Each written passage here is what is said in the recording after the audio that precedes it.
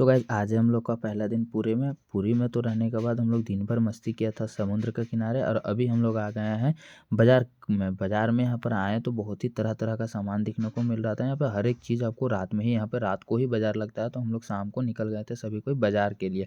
बाजार आते ही देखा यहाँ पे बहुत ही तरह तरह का चीज़, हर एक सस्ता हो या महंगा हो, और शाम में ही आपको यहाँ पे बिकता है।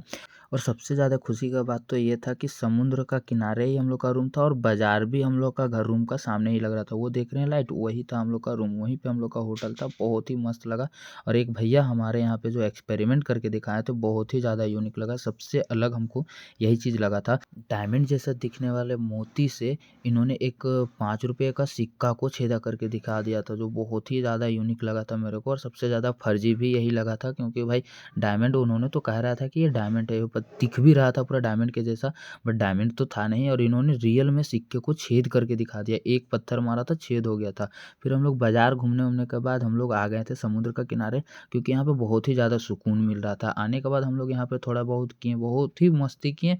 मस्ती करने के बाद हम लोग का जीन्स वीन्स सारा भी भींगे। यहाँ पे इतना ज़्यादा सुकून मिल रहा था कि हम लोग को यहाँ से तो रूम जाने का मन भी नहीं कर रहा था। इतना मस्त व्यू लग रहा था यहाँ पे। हम लोग यहाँ इतना मस्ती किए कि क्या बता दें। सभी को मस्ती करने के बाद सबको लग गया भूख।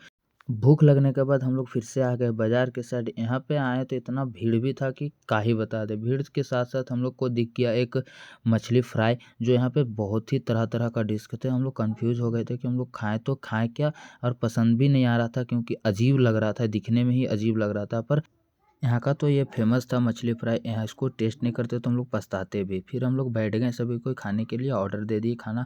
खाने के बाद हम लोग को बहुत ही ज़्यादा अच्छा लगा। फिर हम लोग सभी को निकल गए रूम के लिए, क्योंकि हम लोग बहुत ही ज़्यादा थक गए थे, किसी से और चला नहीं जा रहा था। तो फिर हम लोग सोचा क्यों ना हम लोग रूम ही चले जाए, रूम में ही अब थोड़ा बहुत मस्ती होगा। मिलते हैं दूसरे ब्लॉग में, तब तक के लिए टाटा बाय बाय।